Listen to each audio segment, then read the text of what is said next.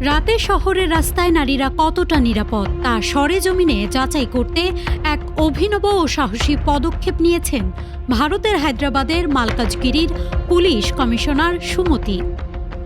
তেলেঙ্গা ক্যাডারের এই senior IPS কর্মকর্তা গভীর রাতে সাধারণ নারীর ছদ্মবেশে একাকী বাসস্ট্যান্ডে দাঁড়িয়ে পর্যবেক্ষণ করেন সমাজের প্রকৃত চিত্র।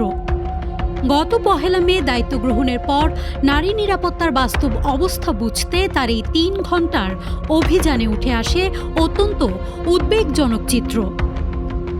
কোনো নিরাপত্তারক্ষী বা পুলিশের প্রোটোকল ছাড়াই সাধারণ পোশাকে দাঁড়িয়ে থাকাকালীন প্রায় 40 জন পুরুষ তাকে উত্ত্যক্ত করার চেষ্টা করে এবং সরাসরি কুপ্রস্তাব দেয়।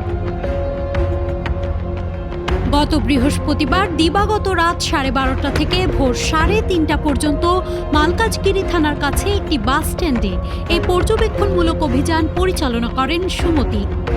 ছদ্মবেশে থাকায় উপস্থিত পুরুষদের কেউ বুঝতে পারেননি যে তারা একজন ঊর্ধ্বতন পুলিশ কর্মকর্তার সঙ্গে কথা বলছেন।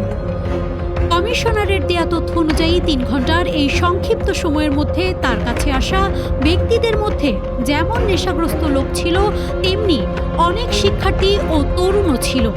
কেউ কেউ স্বাভাবিক আলাপের ছলে এগিয়ে এলেও শেষ পর্যন্ত অশালীন আচরণ বা কুপ্রস্তাব প্রদান করেন।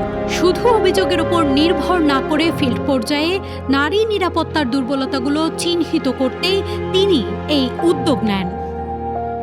পুলিশ সূত্র জানিয়েছে, এই অভিযানের পর উত্ত্যক্তকারী বেশ কয়েকজনকে শনাক্ত করা হয়েছে। তবে পুলিশ কমিশনার তাৎক্ষণিকভাবে তাদের বিরুদ্ধে কোনো মামলা দায়ের না করে সংশোধনের সুযোগ দিয়েছেন।